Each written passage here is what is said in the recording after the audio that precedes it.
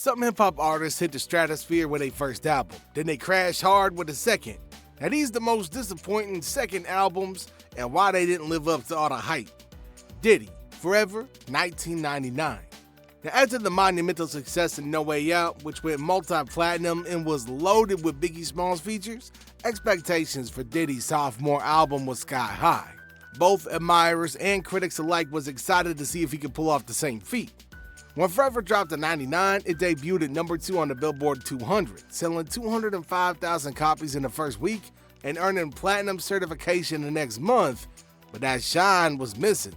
The album had one major hit, Satisfy You featuring R. Kelly, which peaked at number 2 on the Hot 100, but beyond that, it struggled to capture attention. Critics called it boring, criticized the production, and felt like it lacked the energy and star power of his debut. Now the reasons was clear. Biggie Smalls, whose features had propelled No Way Out, had passed away 2 years earlier, leaving a void that just couldn't be filled. Now on top of that, key collaborators like Mace and the Lox, who had written and shaped some of Diddy's biggest hits, had left Bad Boy Records, weakening the album's songwriting and creative spark. In short, Forever suffered under the weight of his predecessor. Fans compared every track to the legendary debut, and without Biggie and his original team behind him, Diddy's second album felt flat, proving just how hard it is to follow a blockbuster first effort. Mike Jones, The Voice, 2009. Alright, so Mike Jones exploded onto the scene in 2005 with Who Was Mike Jones, a debut that went platinum and gave the world viral hits like Black Then and Still Tipping. Everybody knew his name, his phone number, and his catchy persona. When it came time for his follow-up, The Voice, that momentum had vanished. Released 4 years later in '09, it debuted at just number 12 on the Billboard 200, selling only 25,000 copies in its first week, a staggering drop from his debut. Now the album's singles struggled to make an impact. Gimme 50 featuring Hurricane Chris didn't even chart, while Cuddy Buddy and Next to You only saw minor chart success years later, eventually earning gold and platinum stats long after the initial hype faded. Label disputes between Warner Brothers and Swisher House caused mayhem behind the scenes, resulting in uneven releases, very little promotion, and a lot of downgrades. Fans got tired of Mike Jones' gimmick, and the delays only made it worse. In the end, The Voice couldn't compete with the viral energy and excitement of his debut. Vanilla Ice, Mind-Blowing, 1994. Aight man, Vanilla Ice was unstoppable in 1990. His debut, To the Extreme, dominated the Billboard 200 for 16 straight weeks, with Ice Ice Baby topping the Hot 100 and cementing him as a pop rap superstar. Fame, money, and attention were all at his fingertips.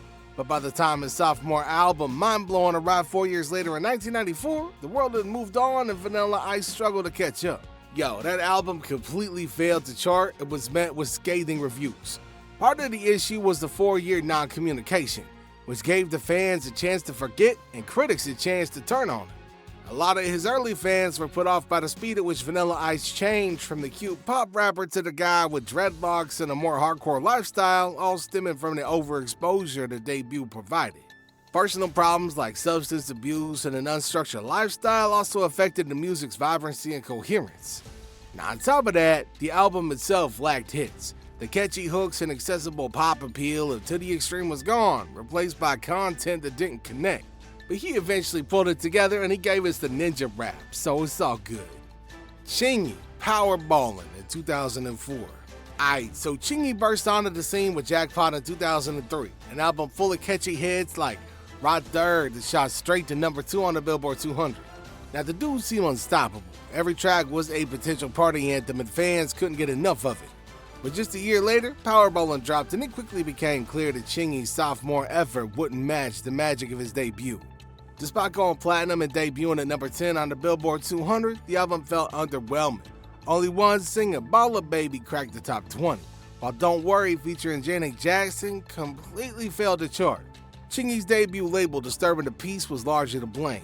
Because Capitol Records, which was in charge of the album's distribution, struggled with promotion, several tracks was neglected. Fans and critics alike noticed a drop in energy and cohesion compared to Jackpot. Without multiple hit singles and with weak marketing, the album lacked the punch and replay value that made Chingy a household name. Slick Rick, The Ruler's Back, 1991. Aight, Slick Rick's debut, The Great Adventures of Slick Rick, set the bar sky high. Known for his unmatched storytelling, classics like Children's Story and Teenage Love made him an instant hip-hop legend. The Ruler's Bag failed to measure up to the high expectations set by fans for his sophomore album. Now, the album did chart at number 29 on the Billboard 200, and the lead single, I Shouldn't Have Done It, reached number 2 on the Hot Rap Singles chart, but that was about the extent of its commercial success. Now, behind the scenes, Slick Rick was facing some serious legal troubles. He had an impending prison sentence that forced him to rush the album's release. Because creative ideas that may have emerged under normal circumstances were jammed into a tight, hurried schedule, some tracks felt incomplete and uneven.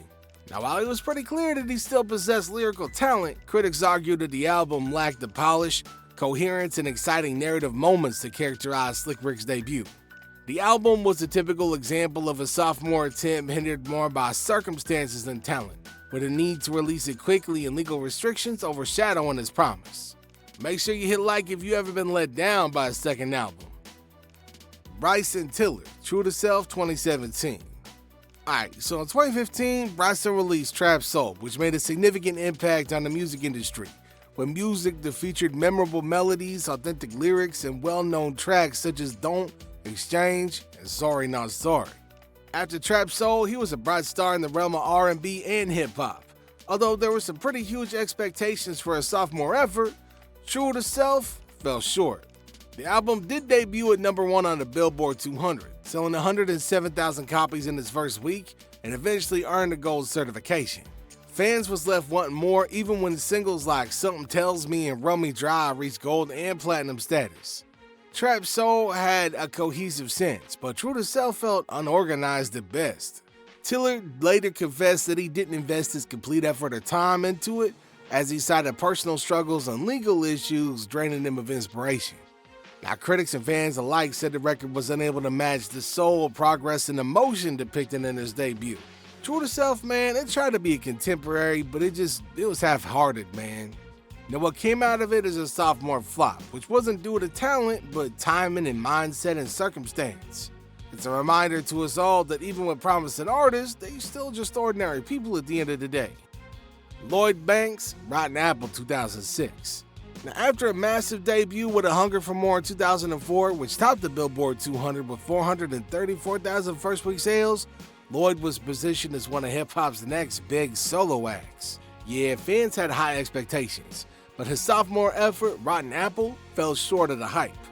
Debuting at number 3 with only 143,000 copies sold, the album struggled to capture the same energy as his first. Part of the problem stemmed from behind-the-scenes issues. Banks' original sophomore project, The Big Withdrawal, leaked online, forcing him to scrap it entirely. Now, after a 2-year gap and an unexpected jump to Rotten Apple, momentum disappeared and fans became disengaged. Fans did see one single, Heads Up, chart at number 82 on the Billboard Hot 100, but it failed to sell enough albums or engender enthusiasm. Critics and fans expected a bit more from the album, noting less quality and engaged production, fewer standout tracks, and a feeling of delivery without much engagement and quality. While Banks' skills remained in the lyrics, the lack of hits along with not much promotion made Rotten Apple disappointed by being a bit of a letdown. G-Unit, Terminate on Sight 2009. G-Unit exploded onto the scene with Beg for Mercy in 2003. Debuting at number 3 on the Billboard 200 and quickly going double platinum. The crew had momentum, backed by 50 Cent's unstoppable rise, and fans expected the same dominance with a sophomore release. But Terminate on Sight, dropping 5 years later, just couldn't live up to that hype. Debuting at number 4 with just 102,000 units sold first week, the album was underwhelming compared to their explosive debut. Now, a major factor was the time gap. 5 years is an eternity in hip-hop, and during that period, individual members' popularity waned. Intergroup conflicts hurt cohesion and also reduced 50 Cent's sway with a label and his backing of the album. An album needs its singles to be a hit in order to make an effect, and this album struggled to do that. Critics had a mixed to negative take on their reviews, citing lack of originality and punch compared to Beg for Mercy. Now, in the end, Terminate on Sight is a textbook case, showcasing failing apart due to time delays, internal conflict, diminishing star power, or a combination of the three. Now, even the biggest stars in hip-hop might be impacted by follow-up pressure, as these sophomore slumps show, If y'all enjoyed this, make sure to like and subscribe for even more deep dives.